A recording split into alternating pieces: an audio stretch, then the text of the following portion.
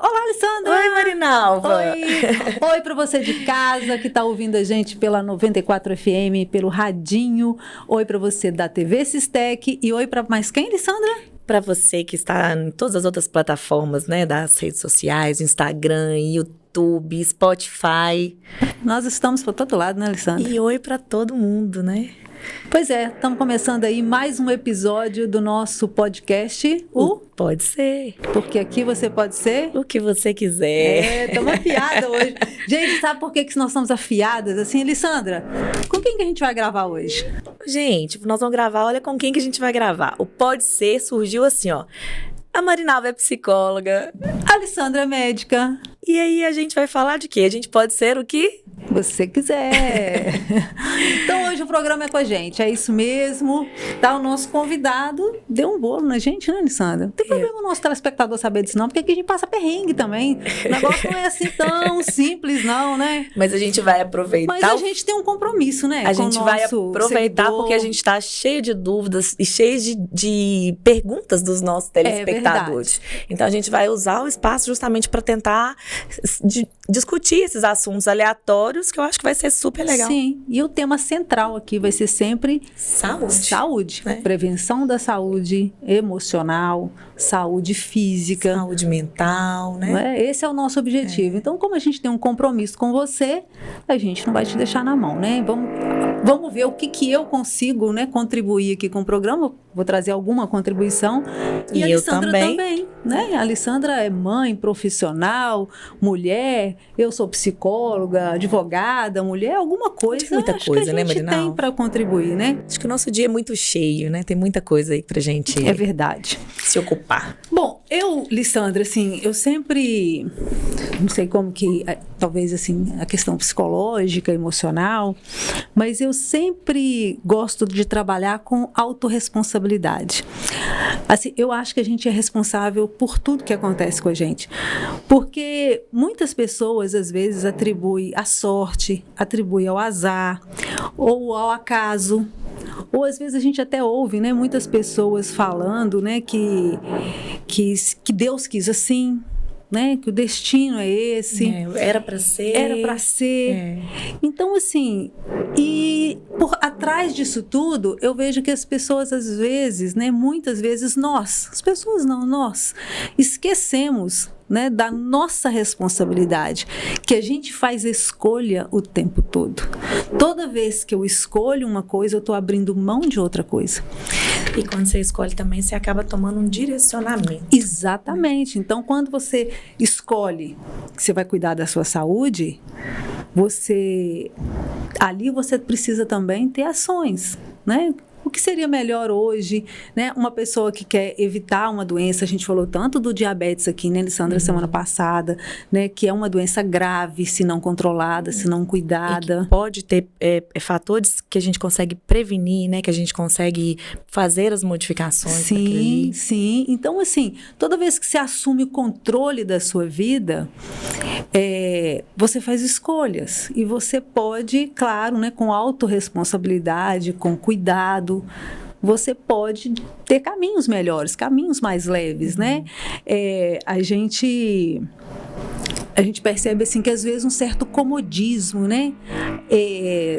Um certo vitimismo, e isso acaba dificultando mais, né, no tratamento, na prevenção. Ou talvez travando essa pessoa, né, de progredir. Você vê que a gente falou tanto, né, da psicossomática aqui, a gente fez relação da diabetes com o corpo, né, com as causas emocionais da doença. Você vê que hoje, eu não sei como é que é lá no seu consultório, porque eu acho que todos os profissionais de saúde acabam lidando com isso. Hoje, a doença, né, assim, que apareceu, que cresceu muito, foi a depressão. E aí, por que a depressão acontece, né? O que está por trás da depressão? Exatamente, eu acho que assim, você está falando aí, você abriu o assunto falando das escolhas. Eu acho que essa questão da depressão pode até ter um cunho genético, sabe, associado. E tem, na verdade tem. Mas muito da questão emocional, das questões dos transtornos emocionais, são as faltas de escolhas ou a falta de decisões que a gente toma na vida. Então, assim, eu acho que se a gente tivesse não só a questão de um posicionamento, mas, de repente, assumisse um papel mesmo e tomasse essas atitudes, a gente seria diferente. Mas olha, você tocou num ponto importante, que a gente falou alguma coisa sobre isso, mas na depressão, isso, a gente vê os efeitos de quando você diz assim, pode ser a genética, né? A depressão, né? Vamos pensar, o que poderia ser a genética da depressão? Quais as informações que vêm a nível celular, né? A nível herdadas do seu pai, da mãe, dos avós, né? Então, assim, como que a gente vê quando a gente, né, principalmente na abordagem sistêmica, na filosofia sistêmica na qual eu trabalho, a gente percebe que esse filho, ou às vezes até esse neto, ele herda padrões de comportamento. Então, assim, você vê que às vezes os pais, né, têm as suas questões, né, tem seu sofrimento, é muito comum a mãe, e vem depois o filho, ele se identifica com aquele sofrimento da mãe. Ele vive naquele ambiente. E ele se identifica, né? Porque no coração dele, na alma dele, ele não permite que a mãe sofra, por exemplo. E inconscientemente, ele se conecta com aquele sofrimento da mãe. E aí ele passa, é como se ele não fosse permitido a ser feliz, como se ele não fosse permitido a viver bem, a se conectar com a abundância, a se conectar com a prosperidade. Porque, assim, na sistêmica, o que a gente olha é como se fosse não, é uma alma coletiva. Tipo assim, se a sua mãe teve problema, você não pode ser resolvido, você não pode se dar bem. Inconscientemente seria isso. Exatamente, né? São essas crenças. E é o que a gente mais vê, né? Às vezes a mãe, por exemplo, que, sei lá, teve uma dificuldade no relacionamento, né? E às vezes teve um relacionamento às vezes abusivo, ou ela foi bem submissa, ou é aquela mãe que estava sempre reclamando do relacionamento, né? Ou às vezes realmente era um relacionamento sofrido, era um casamento sofrido. Eu não estou aqui dizendo que isso não existiu, mas o filho que cresce naquele ambiente, ele se conecta também com o sofrimento. Da mesma forma, é uma forma de demonstração de amor. A gente fala que é uma conexão.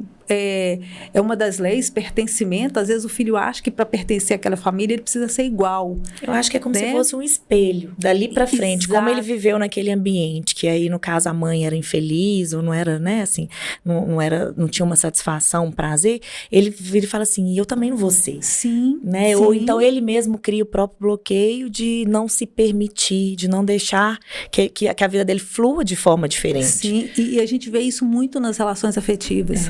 Sabe, a pessoa às vezes casa, fica um certo tempo ali, e aí a gente, né, quando eu acompanho terapia de casal, a gente percebe assim, que às vezes o casal, um ou outro, quando não os dois, eles provocam, às vezes, até o final daquele relacionamento, arrumam um jeito de terminar inconscientemente, né, por causa, às vezes, com conflitos, assim, pequenos, se a gente for olhar. Às vezes não é nem nada grave, mas aquela relação vai ficando desgastada, e a gente vai ver o fundo disso, é exatamente essa não permissão.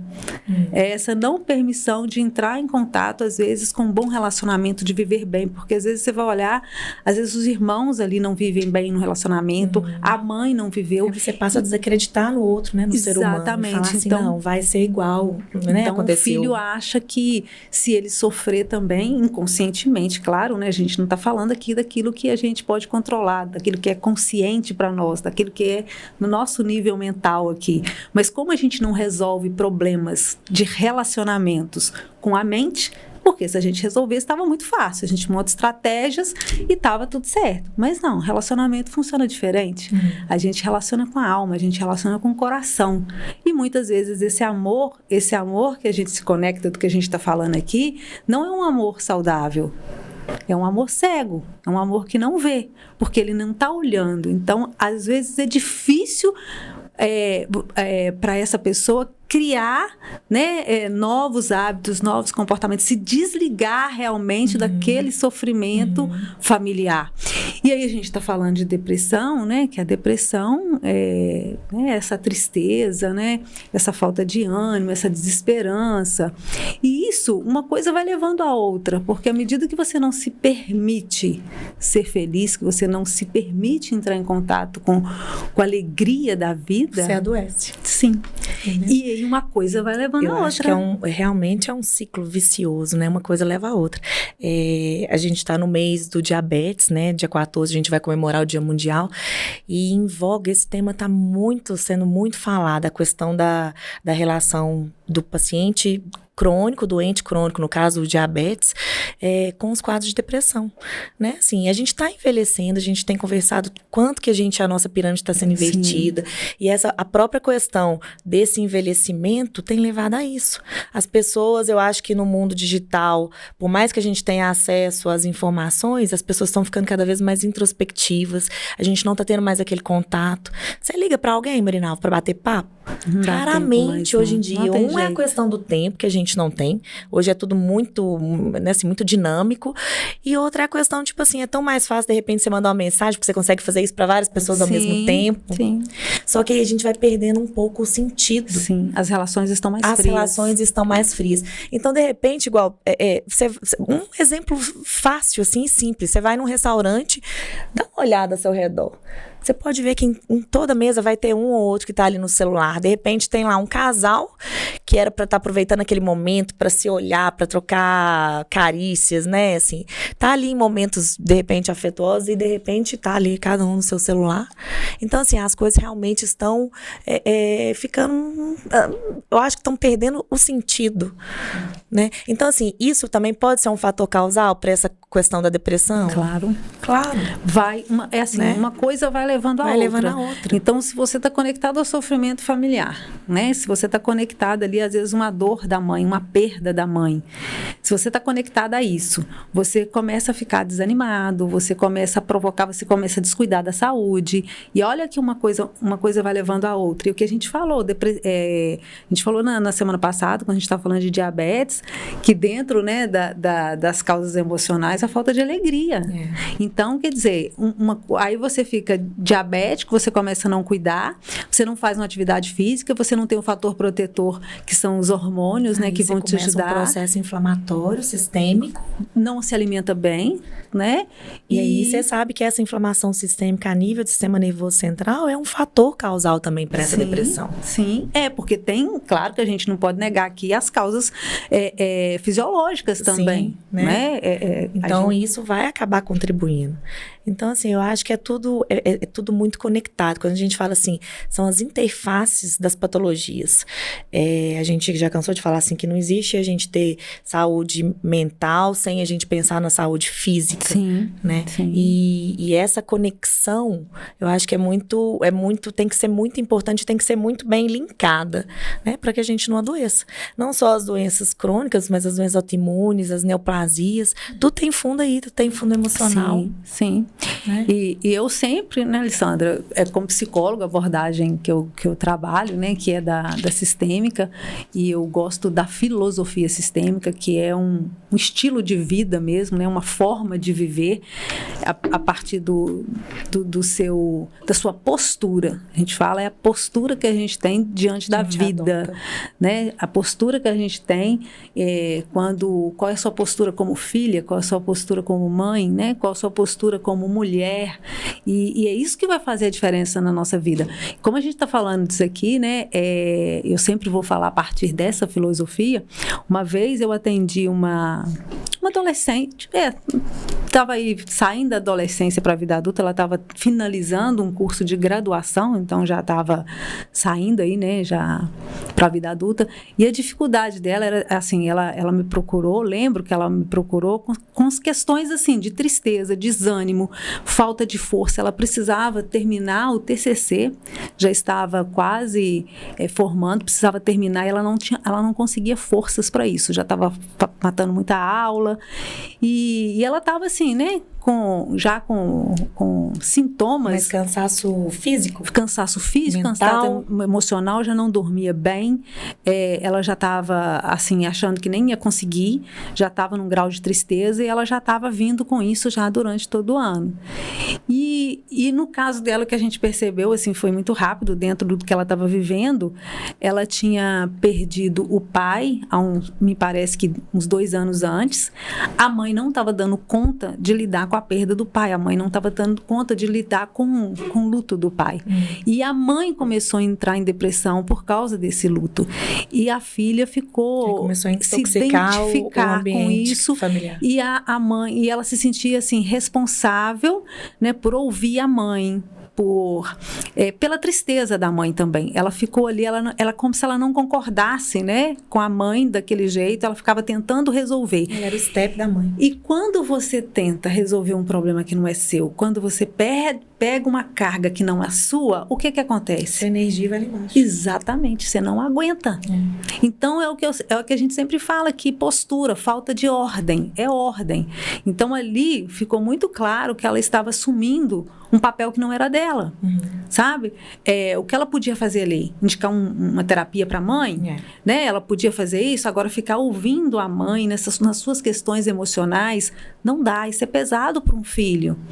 E o filho, às vezes, tem essa dificuldade, Lissandra, de sair desse lugar, porque o que os pais fazem pelos filhos é muito grande, né? Os pais dão uma vida, né? Então, os filhos ficam devedores. Exatamente, aquela sensação que, tipo assim, eu preciso retribuir, como que eu vou largar? Só que a vida ensina pra gente o seguinte, que a ordem da vida é pra frente. Os pais nos dão o que eles também já receberam dos pais deles. Agora a gente precisa dar para os nossos filhos. É assim que as coisas funcionam. Por isso que a gente precisa cuidar bem da saúde, a gente precisa fazer reserva cognitiva, a gente precisa fazer reserva muscular, né? A gente precisa estar bem de saúde para que a gente não precise que os filhos cuidem da gente nesse nível. Por isso que a gente tem que ter responsabilidade para cuidar da gente. No caso dessa cliente que eu estou te dizendo, ela não foi muito difícil. Ela entendeu, ela voltou para o lugar dela e ela recuperou energia. Porque ela precisava terminar as questões dela, né? E ela não estava dando conta, porque ela estava olhando para coisas que não eram dela. Então, eu falo o seguinte, todo mundo tem a força que precisa para resolver os seus problemas. Todo problema que você cria para você, Lissandra, você tem condição de resolver. Tudo que eu crio para mim, eu tenho. E essa coragem e essa condição, essas ferramentas, só eu tenho. Às vezes, um profissional vem para dar um alerta, né, para acender. Eu falo que a gente acende uma lanterninha, né? A gente ajuda pouco, mas a força toda, né? A gente ajuda o cliente, o paciente a resgatar o que ele tem dentro. Então não tem nada fora, tá tudo dentro. Eu falo o seguinte, Marinalva, a gente vai envelhecendo e com isso a gente vai ganhando maturidade, experiências, enfim. A gente tá saindo daquele lugar, igual você acabou, de filhos, e a gente hoje, nós somos o espelho, nós que temos que passar para os nossos pequenos, né? Mas enquanto jovens, eles ainda não têm essa percepção, e ou o fato, por exemplo, assim, de não ter um discernimento, enfim, ou também porque eles são, às vezes, muito vagos. Hoje em dia tá tudo tão muito superficial. Então, o que eu falo assim, a gente tem que, por exemplo, fazer o nosso papel de ser incentivadores, de estar melhorando e estar modificando isso aí. Porque senão, realmente, a gente vai criar um mundo muito difícil. E aí, quando a gente pensa, por exemplo, nessas quadros da depressão, a questão do suicídio é uma coisa também que nos assusta muito. Porque por causa desses quadros emocionais, muita gente desiste da vida, desiste de si mesmo, né? Não tem forças para isso aí, porque numa dessas essa menina estava fadada a afundar cada vez mais. Sim, se ela não olha para isso, Se ela não olha para ela. Mas aí, por exemplo, essa menina nesse estágio que ela tá, será que ela teria capacidade sozinha de olhar para ela mesmo? Então, muitas vezes, Lissandra, o que a gente percebe, assim, a gente vive isso, né? A gente tem crenças, assim, e às vezes a gente tem muito medo do julgamento. Sim. Né? Então, como que eu posso deixar minha mãe desse jeito e cuidar da minha vida? Como que eu posso... O que o pessoal vai pensar de mim? O que as pessoas vão pensar? E às vezes os familiares vêm e cobram julgam mesmo. E julgam. E aí não tem jeito. Não tem jeito. Eu sei que é difícil a gente falar isso, sabe? Assim, às vezes parece que é frieza, parece que é falta de empatia, mas não é.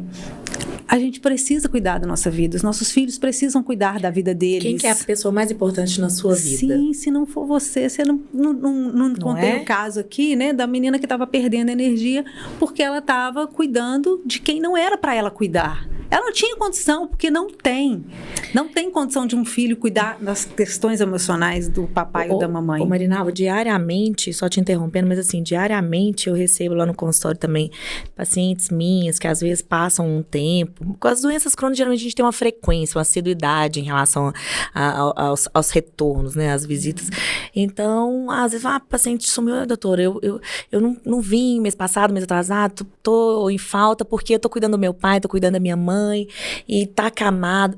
É lógico que não é a questão da desassistente, é isso que você falou. A gente não vai deixar de cuidar. Tem que cuidar, entendeu? Do pai idoso, exatamente. Da mãe que tá doente. Eu acho que é o mínimo que a gente faz por eles. Mas do nosso lugar. Só que a gente não pode esquecer da gente, porque numa dessa a gente adoece. Sim. E aí a gente vai se anulando, a gente vai ficando pra trás, a gente vai esquecendo que a gente também tem problemas, que a gente precisa de ter ânimo, ter prazer, ter vida, porque senão depois a gente vai estar ali no mesmo lugar.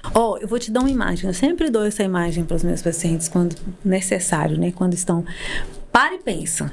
Você tá lá, né? Deixando de fazer algo por você para cuidar do seu papai e da sua mamãe.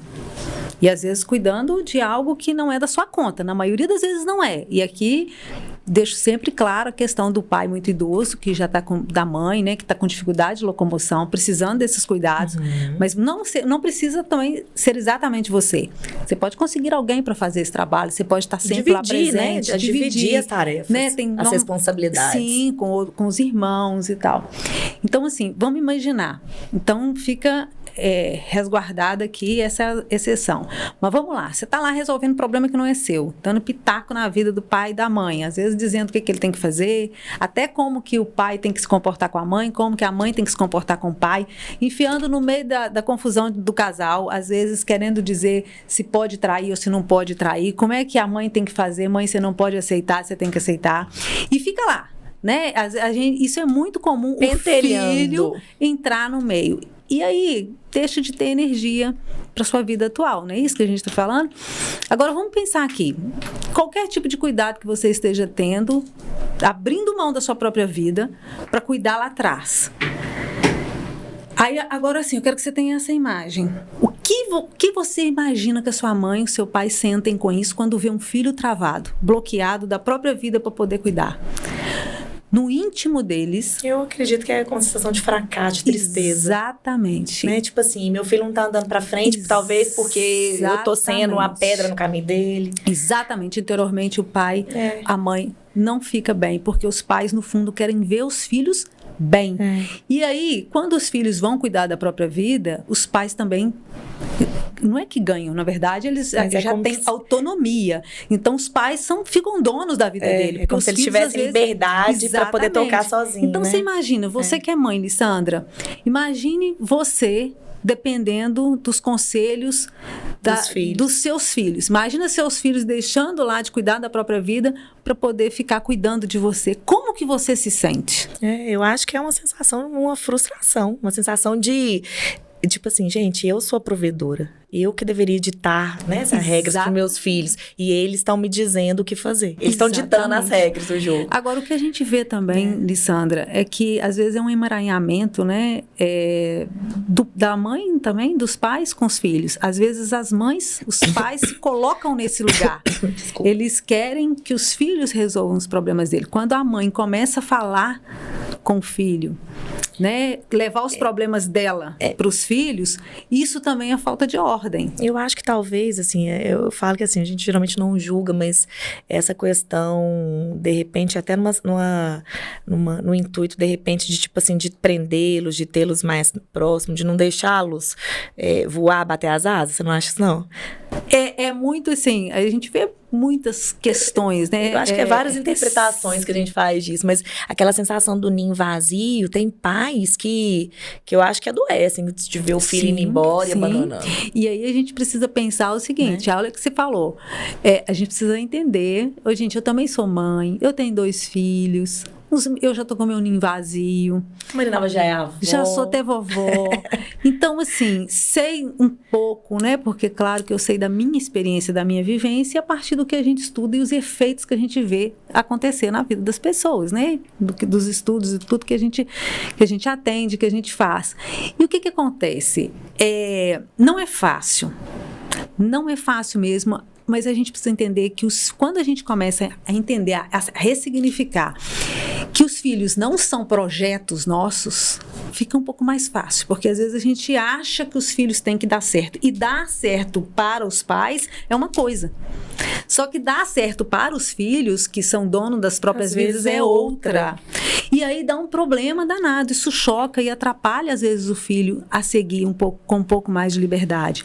E nessa questão do ninho vazio que a gente percebe, Lissandra, e de vez em quando, né, a gente percebe isso, por isso que a gente tem que se cuidar, por isso que nós temos que cuidar da nossa criança ferida, por isso que a gente tem que cuidar dos nossos traumas, porque os filhos, eles são gatilhos pra gente. Quando a gente vê um filho sofrendo, sei lá, até por amor, você vê que por amor, ou um filho que às vezes foi reprovado na escola, ou um filho que foi, sei lá, sofreu um bullying na escola, ou foi ofendido, sei lá, qualquer coisa que o filho passe, isso pra mãe, às vezes, a mãe entra em depressão. Quem nunca falou assim, ó, fala comigo, mas não fala com meu filho.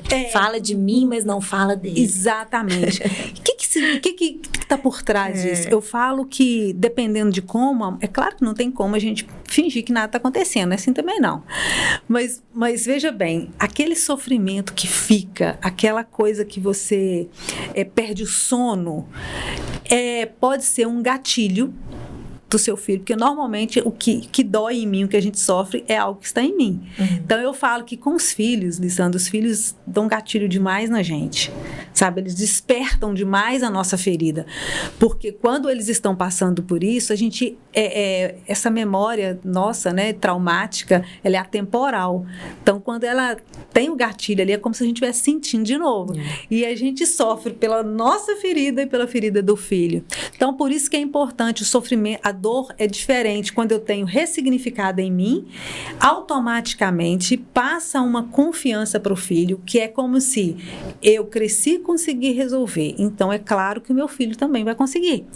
E aí a gente dá mais autonomia para eles se cuidarem. Eu tô entendendo o que você tá falando, mas numa dessas a gente também tem que tomar muito cuidado com o outro lado da moeda, porque olha só, numa dessas, essa autoproteção, às vezes, né, essa questão da gente se colocar ali no lugar e tomar as dores deles, é uma das outras coisas que também que a gente tá fazendo, de repente, os nossos filhos não terem frustrações. Sim. Então, é uma outra vertente que eu falo que a gente tem que se policiar o tempo inteiro. Por isso que eu tô dizendo, confiar nos seus filhos. Confiar que eles neles. Dão conta. E eu acho que assim, ó, o diálogo é uma coisa muito importante de praia. Não que o filho não é o melhor amigo nosso. Não. O nosso filho tem que nos respeitar. Filho é filho. A gente tem que colocar os filhos, eles têm que ter um respeito pelos pais. Mas eu falo que é o seguinte, nós somos o espelho. Então, a orientação é nossa.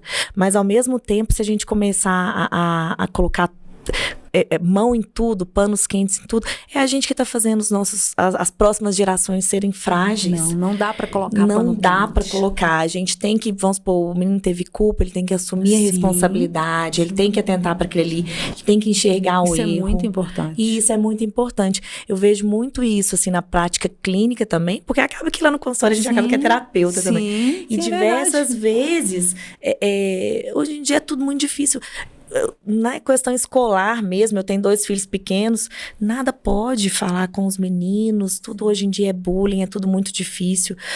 É uma dificuldade tremenda para o pessoal da educação hoje lidar com isso. É verdade. Né? E assim, eu falo que a maior dificuldade que a gente tem, o maior desafio da vida hoje é a questão de educar e de, como se diz, deixar legado aí para as próximas gerações. Então, assim... Porque é muito difícil. Mãe, deixa seu filho se frustrar. Tem que ter a frustração. Essa frustração é importante. Que vai ajudar na evolução dele, que vai, quando ele chegar lá com 20, 30 anos... E por causa desses não fracassos, né? Quer dizer, por causa dessas não frustrações que eles estão tendo, tudo muito fácil, é tudo muito acessível. Por isso que essas crianças estão fadadas aí às depressões, Sim. né? Às compulsões, os transtornos de compulsão alimentar. Sim. Estão intimamente ligados a isso. Porque né? É um ciclo, né? Ele desconta na comida e começa aquilo ali como uma recompensa, e aí por isso vai. Aí a pessoa, por causa de um problema emocional, por causa de repente, um desequilíbrio de ordem ali, ele começa a ter problemas orgânicos.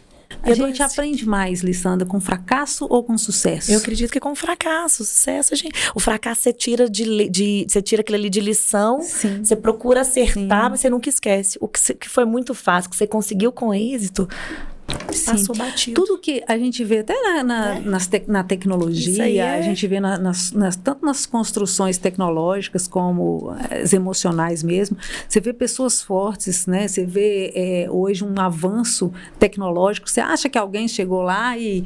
então tá, vamos fazer esse celular aqui. Criei, pronto, acabou. Pronto, deu certo. Não. Quantas tentativas foram.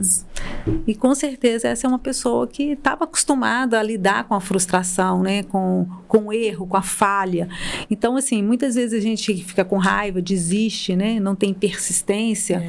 Por quê? Porque, né, a gente de desistir fácil, porque realmente a gente não teve isso na vida, né? Não aprendeu a lidar com as falhas. Tinha sempre alguém socorrendo. E a gente vê muito isso no consultório, Lissandra, assim, às vezes o filho chega dizendo, né? Nossa, meu pai era muito ausente, meu pai não era isso, minha mãe não era de dizer eu te amo, não eram muito próximos, a gente cresceu para lá, então por causa disso hoje ele tem esse problema. Isso se atende uma pessoa tipo, sei lá, 8 horas da manhã. 11 horas da manhã já vem outro dizendo: nossa, que hoje eu tô com a minha dificuldade, eu tô travado, eu não consigo seguir, mas é porque meu pai me deu tudo, minha mãe me deu tudo, eles me deram tudo, eu não tinha, eu não precisava fazer nada. Aí você fala, é a falta ou excesso? Então, assim, você vê que a gente tá sempre nesse lugar de reclamação, né? Sempre nesse lugar de achar um culpado para as nossas frustrações. Então, assim, o que eu tô querendo chamar atenção aqui também? Porque para dizer que os nossos pais, eles fazem o que dá. Eles fazem o que podem. Eles fazem o que eles dão conta de fazer. E não dá agora para eu ficar lá atrás culpando porque foi assim, porque foi assado. O que eu vou fazer da vida agora? Né? Os pais me permitiram que eu estivesse aqui. Né? Eles significam vida para mim. Algo, eu acho que não tem nada maior do que isso, né? Do que a vida. E a gente, né, aprender a lidar. E assim, e quando a gente bate muito na tecla aqui no programa de qualidade de vida, de buscar um envelhecimento que seja saudável, porque assim, isso é fato, a medicina avançou, hoje em dia a gente tem acesso à informação, então isso facilitou muito a gente, até a questão de deslocamento, a gente tem muito mais facilidade para tudo, né? Não só na questão, por exemplo, da alimentação, mas a questão de tudo mesmo. Hoje em dia é tudo muito mais fácil pra gente. Só que a gente precisa fazer os movimentos também de continuar melhorando e perpetuando isso aí. Sim. Porque senão também vai chegar como? E você falou algo que é tão importante. Olha pra você ver, as coisas são muito mais fáceis pra gente hoje. Você pensa bem, eu não tô aqui para defender o tipo de educação que era antigamente, porque eu também fui daquelas que não fui de apanhar muito, não, mas eu levei umas chineladinhas boas, né, dona Terezinha? Então, assim... Você apanhou, Marinal? Um bocadinho. Mas eu não fui daquela, assim, que apanhou muito, não, sabe? Não foi assim, não foi tão agressivo assim, não. Mas eu levei umas chineladinhas boas, assim. E tá tudo certo. Hoje a gente sabe que tem outra forma de educar. Hoje a gente sabe que não precisa disso, né? Mas veja bem, há 40, 50 anos atrás, né? Tô falando a partir de mim, mas isso mais lá atrás. Era o recurso que os pais tinham para poder educar, para poder segurar, era através do castigo, era através... É certo isso hoje? A gente sabe que não é a melhor forma de educação, a gente nem pode fazer isso, né, com os filhos. Tá tudo certo, isso foi um avanço na nossa educação, mas até quando a gente vai ficar culpando esses pais lá atrás, né? Pelas eles fizeram, deles, né? Então, assim, eu falo que o que eles fizeram e que não foi muito legal, e claro que eles erraram mesmo, a gente deixa com eles. Essa responsabilidade da ação, de como foi, a gente deixa lá. Isso é seu. E a gente fica só com o pai, só com a mãe, né? Com aqueles que nos deram uma vida. Porque tem gente, às vezes, que às vezes realmente teve... Mas aí a gente volta naquilo que você acabou de perguntar, se aprende com o erro ou com o acerto. Sim. Então, assim, vendo aquilo ali que a gente tenta, hoje em dia, ser melhor. Sim. A gente tem que buscar isso aí. A gente pode, inclusive, a partir disso tudo, e dizer assim, eu já sei como não fazer. Mas até para não sei o que fazer, mas eu sei o que não fazer. Mas até essa postura do não fazer, porque você viu seus pais fazendo e foi difícil, precisa ser com um pouco mais de humildade. Não dá para ser arrogante também, não. Porque se você falar assim, eu não vou fazer, eu não vou deixar meus filhos passar o que eu passei, o que meus pais fizeram comigo. Então, toda vez que você está nesse lugar, você está num fluxo da ingratidão. Você está contra a vida. Você está valorizando mais as atitudes do que a vida que chegou para você. Então, isso você entra num fluxo da ingratidão. Então, você vai ter mais disso na sua vida. Porque é nessa energia que você está. Na verdade, o que você colhe, o que você planta. Exatamente. Né? Agora, se eu olho e falo, olha, tá tudo certo, foi assim, minha criança sentiu mesmo, sofreu, não foi legal, mas tá tudo bem, foi o que meus pais conseguiram. Agora, eu posso fazer diferente. Eu não preciso fazer desse jeito, eu posso fazer. Então, com uma postura mais humilde, a gente pode fazer tudo diferente, sim. Claro, isso é a evolução. Só que o que a gente tem visto muito é numa postura muito arrogante, numa postura de querer ser melhor do que o pai e a mãe foi. Né? Desse lugar de arrogância, a gente entra num fluxo da ingratidão. Entende? E por isso que... Isso acaba que trava, né? Não, ali trava, é o que a gente vê, né? Assim, a gente vê os efeitos disso na prática. Às vezes as pessoas têm dificuldade na profissão, né? No trabalho. As pessoas têm dificuldade no relacionamento, que eu falo que são os dois lugares que vai desaguar tudo, né? Que a gente vai começar a travar. É o profissional e o relacionamento afetivo, né? Então, quando você está num fluxo da ingratidão, quando você está na reclamação, você vai ter mais disso. Então, quanto mais você está ali achando, exigindo do pai e da mãe, porque tem adulto de 30, 40 anos, 50 anos, dizendo que o pai devia ter sido dessa forma, que era assim. Então, isso é uma postura exigente, isso é uma postura crítica. Você vai ter o quê nos seus relacionamentos? As pessoas que vão estar à sua volta. Então, são pessoas que você também vai estar sempre exigindo isso delas. Então, isso pesa no relacionamento. Você vê que pessoas ficam na reclamação. É ruim, né? Você ficar num lugar onde a pessoa só está reclamando. Você vê que a energia pesa. Não, e essa questão da energia, Marina, você começa a reclamar e começa a dar errado, começa a travar no trabalho, no relacionamento. A pessoa adoece. Sim. Aí fala assim, gente, mas aquela família ali que tem um monte de câncer, tem um monte de não sei o quê, um monte de doença autoimune, coitada daquela família, tá fadada, né? Sim. Gente, talvez tivesse um pouco mais de prazer, de amor, de gratidão. Sim, né? Eu acho que é de isso. De felicidade, eu acho que as coisas se tornam mais simples e fluem melhor. A palavra, sabe, assim, que eu fico sempre buscando para mim, na minha vida, buscando mostrar para as pessoas, né, é a gratidão.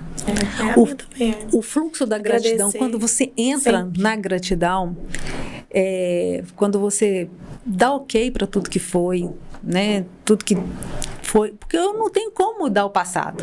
Não tem como eu vou mudar a história. Então, o que vai adiantar eu ficar aqui falando de como deveria ter sido? Mas, a pessoa mais importante do fluxo, eu. Sim. Eu tenho que fazer o movimento para ser melhor. Isso. Entendeu? Exatamente. O que foi, já foi, né? O que vai ser vai depender do que é hoje. Exatamente. Às vezes a gente fica filosofando, a Dani tá rindo ali, ó. Mas é muito doido. Quando você começa, você entende que, tipo assim, tem muito ligado à questão orgânica, com a questão mental, questão de energia, né? Tem muito de... Eu acho que envolve tudo. E eu acho que a gente tem que ser realmente um equilíbrio disso tudo. Sim. Eu falo que são as interfaces. A gente precisa dessa união, dessa interdisciplinaridade. Eu preciso do apoio da saúde mental, né? De vários profissionais, de repente, para me estruturar, para me para me fazer melhor, para me moldar, enfim. Agora, uma dica muito boa, assim, pra gente ver se tá com por onde a gente pode começar, qual o movimento que eu posso fazer para mim, qual o movimento que você pode fazer para você. Olha pro seu corpo, vê como é que você tá, como é que tá a sua energia, tá leve, tá pesado, o coração tá leve, tá... Sabe? Você tem feito alguma coisa por você, aí você começa a ver onde que tá doendo no seu corpo. Vamos fazer onde que tá doendo no corpo. Vamos fazer uma brincadeirinha aqui. Como que você acorda? Como assim? Você acorda feliz, porque tem gente que acorda mal-humorada, tem gente que não quer conversar. Então, a primeira coisa, assim, que eu tenho feito e tenho... Primeira coisa que você faz quando você acorda? Assim que às vezes eu coloco meu reloginho para despertar, na hora que ele desperta, eu já falo assim, obrigado, meu Deus, mais um dia. Agradecer. Que oportunidade eu tô tendo. Cuida dele para mim. E aí eu agradeço a Deus e levanto. Aí eu saio da cama. Eu acho que essa conexão é muito importante. E eu já vou ali daquele lugar até o banheiro, né, onde eu vou fazer a minha higienização, já nesse fluxo. Eu me conecto muito. Isso é muito importante, sabe? Acordar, agradecer. Eu sou movida a sol. Então, assim, eu falo que o meu humor depende muito do sol. De que tá nublado, eu fico meio triste. Adoro o sol. Mas se acordar, se abrir a cortina da sua casa e ver o sol iluminado, gente, não tem como você ficar feliz, não? Outra coisa, gente, quando a gente acordar assim, Lissandra, porque tem dia que a gente tá também, a gente é humano, né? Tem dia que a gente tá nem meio... sempre tá tudo bem, nem sempre você dorme bem. Tem dia que a gente tá triste, a tristeza, ela faz parte. Tem dia que eu agradeço a Deus por aquela tristeza que eu tô sentindo, por eu poder me conectar com aquela tristeza daquele momento, né? Com aquela dor, com aquele medo que eu tô sentindo. Poxa, eu tô com medo de quê? Esse medo é racional? Esse medo é real? Né? O que tá por trás desse medo? Isso, pra enxergar, o que eu preciso fazer? Eu sempre faço essa pergunta quando eu tô triste ou quando dói em algum lugar. Peraí, o que eu preciso fazer para que isso alivie em mim? Qual é a minha ação? E sempre, eu brinco que sempre cai no colo da gente quando você faz essa pergunta. E aquilo que você está tentando, que você não está conseguindo, você pode pedir. O meu recurso também sempre é Deus. Eu sempre falo, né? Deus que me ajuda, me dá essa força quando estou conseguindo. Me dá um caminho aqui para eu fazer. Eu sei que eu tenho que ter ação aqui, mas me dá uma luz aqui que eu tô capengando aqui. E assim, eu falo que sempre cai no colo da gente, sabe? Tem hora que eu falo que as oportunidades, os sinais passam na cara da gente o tempo todo. Infelizmente, a gente não vê todos, né? Mas quanto mais atenta a gente tiver. Então, quando a gente não estiver bem assim também, sabe, Lissandra? Uma coisa que eu faço assim, se eu não estiver muito legal, com humor muito legal, às vezes eu levanto sorrindo, sem vontade de sorrir. Mas não é para aquele sorriso falso para as pessoas, não é isso. É entrando nessa conexão mesmo. No sentido de tentar buscar essa energia boa. Isso, porque aí é uma atividade física, me ajuda. Até esse exercício muscular aqui da face, quando você faz esse movimento, ele tem uma liberação hormonal aqui que te ajuda também, né? Um abraço te ajuda. Às vezes você tá meio triste, pra mim que sou casada, eu chego pro meu marido, pro Dário, e falo, me dá um abraço, que eu tô meio capenga aqui agora. Às vezes eu fico ali um pouquinho. Esse carinho, esse contato é muito importante. Sim, tem dia que eu viro pra ele e falo, olha, e a gente tem que pedir, a gente segura tem que um pouquinho, me respeita só um pouquinho agora, não fica me perguntando muita coisa não é nada com você não, mas às vezes eu não tô legal não, me dá um tempinho, me dá umas horinhas. Então às vezes você precisa fazer isso, porque a gente é humano, né, de vez em quando a gente dá uma escorregada, a gente não tem jeito, né, mas assim, é ter essa sabedoria de que tudo é comigo, é a partir de mim. Eu sou responsável pelo que está acontecendo comigo. E não tentar tapar o sol com a peneira. E tentar enxergar que, às vezes, o problema está na gente mesmo. Sim, então, se o que você primeiro disse... passo é isso. Se o que você disse, Lissandra, me causou dor, me causou muita raiva, me causou uma fúria interna, me causou nojo, me causou... Eu tenho que pensar o seguinte, peraí, vou deixar com a Lissandra, que é dela, realmente não foi legal o que ela disse, mas por que me provocou isso tudo? Será que realmente... isso está dentro de mim. Peraí, como que isso chega para mim? O que a Lissandra falou que é meu? E aí eu olho para isso. E aí, se você realmente tem parcela de culpa naquilo ali que foi dito... Eu vou olhar. Olhe eu vou cuidar. E tenha a humildade de assumir. Que eu acho que é uma coisa também que... Sim. Como se diz, destrava. Sim. Agora, Lissandra, olha, a gente está falando aqui, né, de depressão, de falta de de atenção consigo mesmo, né? Porque eu falo que as doenças, quando elas vêm assim a cavalo, né? Que a gente brinca, é porque tá faltando olhar para alguma coisa. A gente precisa olhar. Tem que olhar para ver o que está acontecendo. E um dos sintomas, né? Que você trouxe até uma das perguntas aí, que a gente está falando aqui dos temas, gente, que tem sugestão pra gente, que a gente recebe aqui, tá, né? Do Instagram, e tal. E aí você falou da questão da insônia, né? Da dificuldade para dormir. Agora você para. Vamos pensar, né, Alessandra? Com esse monte de problema que a gente está falando aqui, às vezes que a pessoa está passando. Como que ela dorme? Aí é tanto assim a questão emocional, o próprio estresse, o próprio problema acarretando aquilo ali, né? Aquela preocupação, acaba que deixa o sistema nervoso mais excitado, é como se fosse a vigília mesmo. Sim. Né? Ficar mais atento para aquilo ali, para tentar solucionar aquele problema. Mas, ao mesmo tempo, pode ser já alguma disfunção orgânica, alguma mostra, algum ponto que o organismo já está começando a mostrar que não está legal. Então, assim, o hormônio do sono, a melatonina, é um hormônio importantíssimo nesse processo. É o momento em que a gente recupera para o dia, né, Alessandra? À noite, uma boa noite de sono. Uma boa noite. E aí, o que acontece, Marinalva? A gente cai naquele processo de mente, intestino e organismo, enfim. Se a gente não tem uma noite boa, a gente vai acordar de manhã com um hormônio do estresse alto, que é o cortisol mais alto, uma insulina mais alta.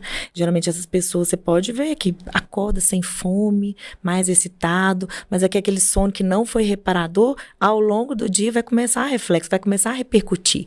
Seu rendimento no trabalho não vai ser legal, o seu rendimento, por exemplo, o seu relacionamento familiar, de repente não vai ser com seus filhos, vai gerar estresse contínuos e mútuos. Então, assim, e é um ciclo vicioso. E aí os seus problemas não vão ter uma solução, você vai continuar não dormindo. Então, essa questão do sono tem muito a ver com a questão da depressão, porque você não dormir bem vai gerar todo um estresse metabólico que vai perpetuar, não só propiciando outras doenças, mas também gerando outros problemas emocionais. Sim. Então, assim, a mágica do negócio, eu acho que as especialidades casam muito, mas é porque é muito interligado. Sim, tá tudo interligado. Metabolismo, hormônio, mente, energia. E você falou assim... A gente é isso. É importante a gente pensar nas causas fisiológicas, né, Alessandra, da questão do sono. Por exemplo, a mulher, quando ela tá entrando na menopausa, né, a questão da disfunção hormonal. Isso pode atrapalhar no sono, sim, claro. Né, tem outras doenças que podem desencadear, sim. Mas vamos pensar que nessa pessoa que tem uma insônia, né, crônica, uma pessoa que está já nesse quadro e que está tudo bem, já foi no médico, né, descartou as questões fisiológicas. Então, vamos pensar que a gente vê muito a insônia, uma das coisas, assim, é aquela pessoa que está no controle. Está nada, né? A gente fala que acha que está, porque a gente não controla nada. Está acordado o tempo inteiro. Exatamente. Para não perder nada. Ou seja, ela não pode dormir por quê? Exatamente, porque tem que estar no controle o tempo todo. Ela tem que estar em vigília. Então, a pessoa tem dificuldade de dormir e isso é inconsciente, né? É inconsciente, mas a pessoa que tem esse tipo de comportamento, ela tem dificuldade de dormir. Porque, né? E o sono, e depois quando dorme também o sono é leve. Sim. Não é um sono que repara. Exatamente. Aí são duas coisas diferentes, mas que se agravam. Sim. Né? Então, e a gente precisa pensar, né? Será que a gente consegue controlar alguma coisa? É a pessoa que tem dificuldade de entregar. É a pessoa que tem dificuldade de confiar no fluxo. É a pessoa que tem dificuldade de delegar. Confiar, de delegar. Então, assim, vamos pensar, né? Será que a gente controla alguma coisa? Não, e será que a gente realmente tem capacidade de fazer tudo, de abraçar tudo? Então, e às vezes eu falo que um ótimo exercício, assim, para dormir é a gente pensar o seguinte: olha, tá todo mundo dormindo agora. Tem ninguém fazendo nada. Então, eu também posso dormir. Agora. Então, deixa eu dormir também. Então, às vezes, a gente precisa trazer esse pensamento mental também, conversar com a gente, sabe? Ou se vier questões de muitas preocupações, a gente tem ferramentas também. Uma que a gente pode pensar aqui, que sempre funciona legal, é quando vir muitas preocupações, muito pensamento. Às vezes, você está realmente tendo que resolver alguma coisa no outro dia, está com dificuldade dificuldade de desligar, a gente imagina, faz uma tela mental como se, ou então se você tiver do lado da sua cama, uma caixinha mesmo. E aí você começa, toda preocupação que vem, eu tenho que ler aquele contrato, eu tenho que pagar aquela conta, eu tenho que fazer não sei o que. Aí você começa a pensar, contrato, conta, deixa eu colocar, abre a caixinha mentalmente, coloca dentro da caixinha, tampa a caixinha e pensa, beleza, agora tá aí, amanhã eu resolvo isso. A sua mente entende que você já deu um lugar para aquilo. Você não precisa ficar ligado naquilo. Costuma ajudar, tá? É um exercício, e claro, uma higienização do sono, né? Evitar televisão, notícia. A gente dorme. Luz, barulho. Isso, a gente já começa assim, eu já começo a deixar só o abajur do quarto ligado já umas 2, 3 horas antes, porque minha mente já entende o seguinte, está chegando a hora de dormir. O corpo já vai se entregando.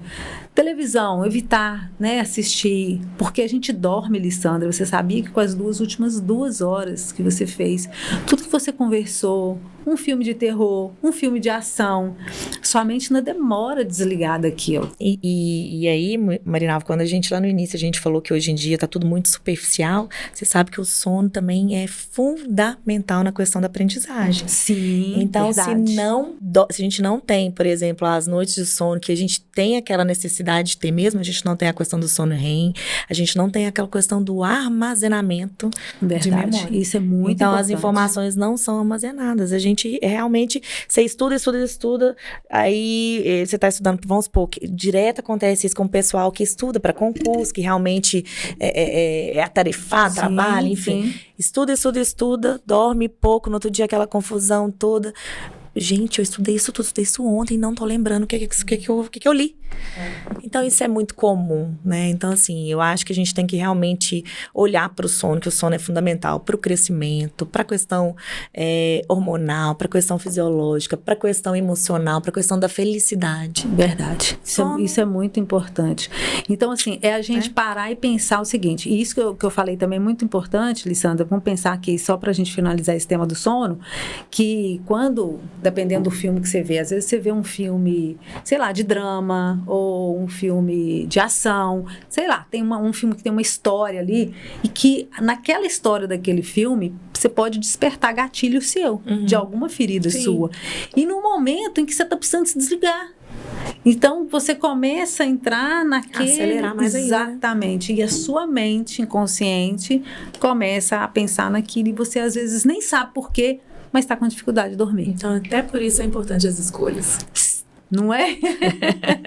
Gente, vamos escolher cuidar da saúde, vamos escolher quando suplementar. Vamos ser assertivos, né? Às vezes precisa suplementar, né, Alessandra? Às vezes a gente não dá conta. Vamos escolher práticas saudáveis, fazer uma atividade física que a gente goste, que nos dê prazer. Porque a gente fala o seguinte, gente, é importante o exercício resistido. Marinal, mas se você odeia o exercício resistido, eu prefiro que você vá para a avenida e faça uma caminhada, ou que vá para natação, ou que vá para o yoga. Mas se porventura, você vai estar indo para uma coisa que te dá prazer. Tá, ótimo. E isso é muito legal. Você tem uma atividade, sim. Mas veja bem, dependendo da idade, né, Alessandra? Não sei se você vai concordar comigo. A gente muitas vezes vai ter que fazer o que é necessário, o que é preciso, e não o que a gente gosta.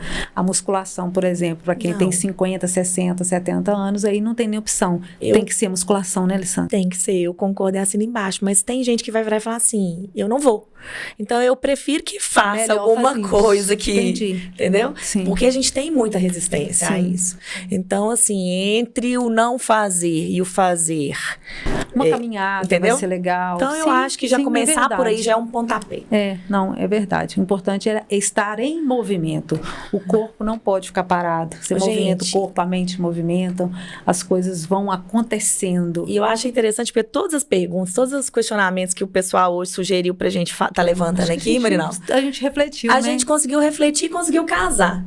Então, assim, foi legal. O espaço foi legal. E entendeu? É bom conversar com a Alessandra. Espero também. Que o pessoal... A gente troca bem, né? Eu acho que casa bem. Eu aprendo o tempo inteiro, Marinalva, com você também. Bom, eu espero que tenha chegado aí pra vocês. Casa.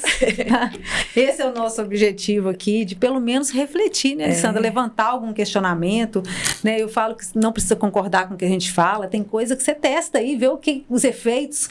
Eu falo que às vezes a gente precisa testar e ver os efeitos. A gente tem às vezes muita resistência em mudar, resistência em fazer diferente, né? Mas testa alguma coisa que a gente fala e vê o resultado disso. E tipo assim, vamos olhar, eu acho que o ponto principal é isso. Se fazer uma autoimagem, né? E aprender a buscar melhorar. E fazer escolhas. E às vezes a escolha da agora, talvez, né? Amanhã você vai entender que talvez não foi a melhor, mas é o que você tem condição de escolher hoje, né?